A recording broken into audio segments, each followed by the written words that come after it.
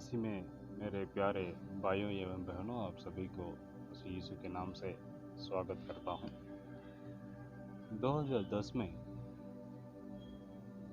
Practical ministry के लिए seminary से जब मुझे भेजा गया था, मैं गया राजस्थान के जयपुर की कानोता नामक एक गांव में मैंने सेवा की शुरुआत की थी। जब मैं वहाँ गया कि मेरा इच्छुक था कि मैं कैसे भी करके परमेश्वर की प्रेम को बांटूं और परमेश्वर के वचन को दूं, लेकिन मेरा एक समस्या यह था कि मैं हिंदी नहीं जान रहा था। तो मैं कैसे समझाऊं और कैसे मैं बताऊं और कैसे मैं बात करूं, ये भी मुझे नहीं आ रहा था। और इतना भी नहीं आता था कि मैं पहली बार घर छोड़ करके और सेमिनरी छोड़ करके मैं दूसरे एक राज्य में जा रहा हूँ, और मेरा जो तमिलनाडु छोड़ करके मेरा ये पहली बार है। मैं किसी एक राज्य को छोड़ के मैं जा रहा हूँ। पहले था मेरा केरल में सेमिनरी के लिए गया था, ये दूसरी जगह था।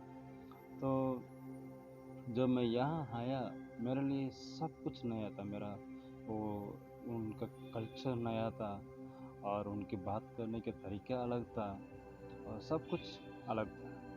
और मैंने बहुत ही परमेश्वर से प्रार्थना किया,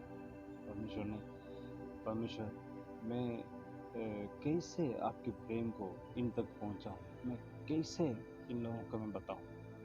इतना मेरा दिल टूट गया था कि परमेश्वर ने मुझे लाया और यहाँ पर ला कर के मैं क्या कर रहा हूँ, मेरे लिए क्या कर सकता हूँ, मैं क्या कर सकता हूँ, परमेश्वर के लिए मैं क्या कर सकता हूँ करके मेरे विचार में बहुत कुछ मैं सोच रहा था। और ऐसे ही मैं छोड़ा नहीं था कि मैं प्रार्थना करते रहा। और मैंने कोशिश की कि हिंदी में कैसे भी करके हिंदी सीखूं और हिंदी बात करूं। और आश्चर्य की बात यह है, कैसे सीखा और किसने सिखाया, कैसे क्या हुआ, मुझे कुछ भी मालूम नहीं। लेकिन 3 महीना के अंदर, इतना बता सकता हूँ, 3 महीना के अंदर मैंने हिंदी में दूसरों से बात करना सीखा और मसीह की प्रेम के बारे में बताना सीखा। हालेलुया। इतना मैं जान रहा था कि परमेश्वर ने मेरे द्वारा परमेश्वर के वचनों को बताने के लिए मुझे सहायता किया, दया किया। और जिस ऑफिस ने मुझे भेजा गया, वहाँ पर मैं जब पहली बार आया, सेमिनार से डायरेक्ट वहाँ पर ऑफिस में आया, तो वहाँ पर मुझे प्रचार करने के लिए बोला तो मैं इंग्लिश में प्रचार किया, अंग्रेजी में प्रचार किया। जब मेरा प्रैक्टिकल मिनिस्ट्री ख़त्म होकर के जब मैं वापस उसी ऑफिस में आया, वहाँ पर मुझे फिर से प्रचार करने का मौका मिला और मैं बोला कि मैं इस बार हिंदी में प्रचार करूँगा, क्योंकि फर्स्ट बार जब मैं वहाँ पर प्रचार किया तो इंग्लिश में प्रचार किया और वहाँ के स्टाफ गणों ने हिंदी में उनको मेरे भाषा को, मेरे इंग्लिश को वो लोग क्या किया, अनुवाद किया। जब मैं बोला अभी मुझे अनुवाद का ज़रूरत नहीं है, मैं खुद मैं क्या करूँगा, हिंदी में प्रचार करूँगा।